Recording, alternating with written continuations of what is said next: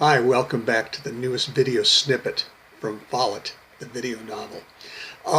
Today we're going to read the second part of chapter 13, and I don't think there's anything in it except for a little music and a little pie. There's nothing untoward, so you can read this with the entire family if you like. If you're ready, we'll get back to the succubus and the incubus and the varsity in Athens, Georgia. Here we go. They left the varsity and got back into the caddy. Follet headed east and skirted the university to the north. They found Pottery Street, a little tree-lined byway near the river.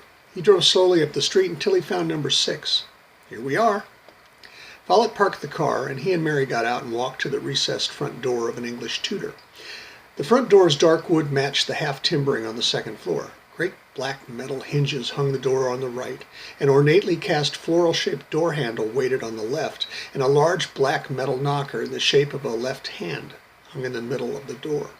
Follet raised the knocker, and Mary saw that the metal plate beneath the hand was black metal cut the shape of another hand, holding a heart.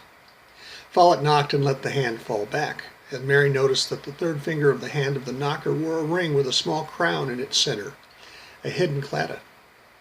Almost instantly, the door opened, and a stunningly beautiful woman wearing a comfortable light blue dress that fell nearly to her bare feet, with long platinum blonde braids, said, "Follet, come in, come in."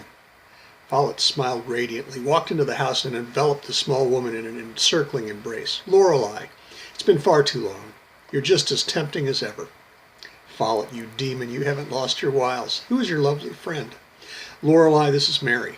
"Mary, Lorelei." Mary smiled, and Lorelei reached for Mary and enfolded her in the same kind of hug that Follet had given her. Lorelei released Mary and gave Follet a wink. "Alp is out back. I'll tell him that you're here. Please sit in the living room. I'll be right back." Follet took Mary's hand and led her into a comfortable room with white walls and ceiling, a great brick fireplace, and a hearth with a massive mantel rift sawn from an oak and stained dark with patina and age.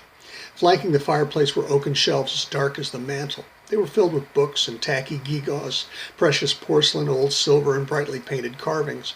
On the walls were hung ancient family portraits, a Polish circus poster, an intricate Scherenschnitte mandala, and carved wooden masks from Central America and the Pacific Northwest. Follet led Mary to a well-used leather couch in front of the fireplace. Follet plopped down into the well-used leather, and Mary dropped beside him. He leaned to kiss her cheek, and she turned so he met her mouth. Even this briefest of kisses struck Follet like a surge of electricity. He opened his eyes and looked into Mary's and saw that she had felt it too. Mary turned to look at the shelves flanking the hearth. Something caught her eye, and she rose and walked over to the right of the fireplace. She reached out and picked up a small red plate from a stand where it stood in front of a set of earthenware. "It's little May!" Mary almost squeaked in astonishment. "Little May?" "Oh, yes, Follet. Little May with her faithful dog beside her, her cat on her lap, and a kitten lapping milk. I had this set in blue when I was a little girl. My grandmother gave it to me. It's Staffordshire." "From England?" Follet tried to appear knowing. Mary laughed. "Well, Charles Allerton lived in the Staffordshire region of England in the late 1800s, and he and his sons made lots of these children's tea sets, but they were only sold in the United States through the Sears catalog. They came in red and blue with the designs transferred onto the porcelain like decals. There was little May and the animals, and a little girl with a big dog, a Newfoundland, I think, and another pattern with little May carrying eggs in her apron. I haven't seen one of these in years."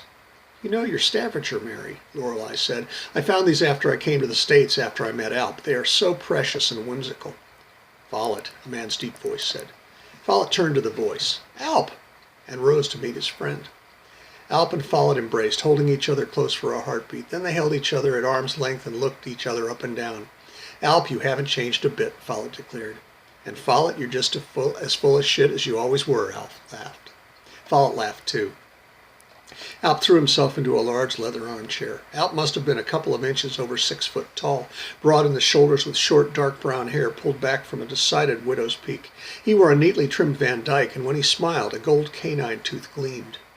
He wore jeans, ripped in the left knee, and a black short-sleeved work shirt with inch-wide rose-blue panels running over the shoulders and down the sides. His bright eyes perfectly matched the blue in his shirt. Lorelei sat on the arm of Alp's chair, and Alp draped his left arm loosely around her waist, idly touching her hip. "What brings you to Athens, Follet?" Alp asked.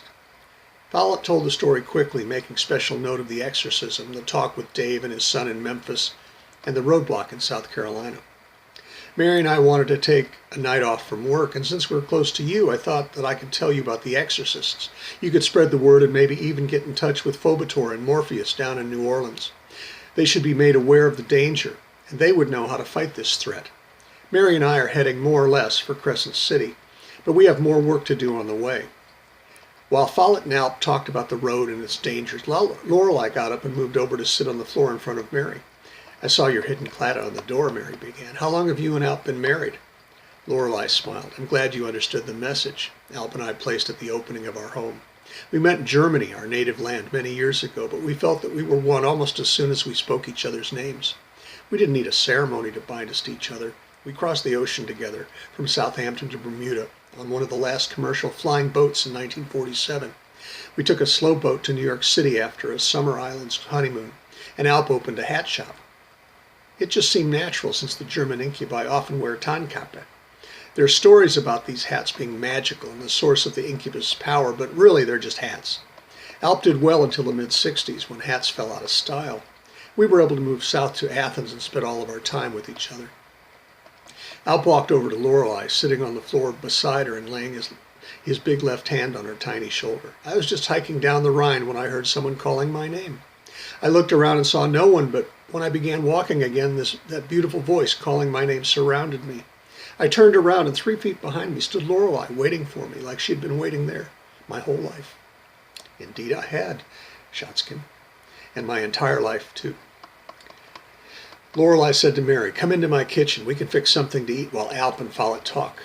The women left Follet and Alp alone in the living room. After a few minutes, Lorelei called, "Alp, bring Follet into the dining room." Alp led the way and Follet followed. Lorelei said, "Last night I dreamed of making a pie. Our Roma friends say that to dream of making pies augurs joy and profit. So this morning I made a kuchen, and then Follet appeared. She laughed. I decided to make Zweibacker-Kuchen, yeast dough topped with buttery caramelized onions and savory bacon over a thick creamy base sprinkled with caraway seeds. One of the best things from my childhood.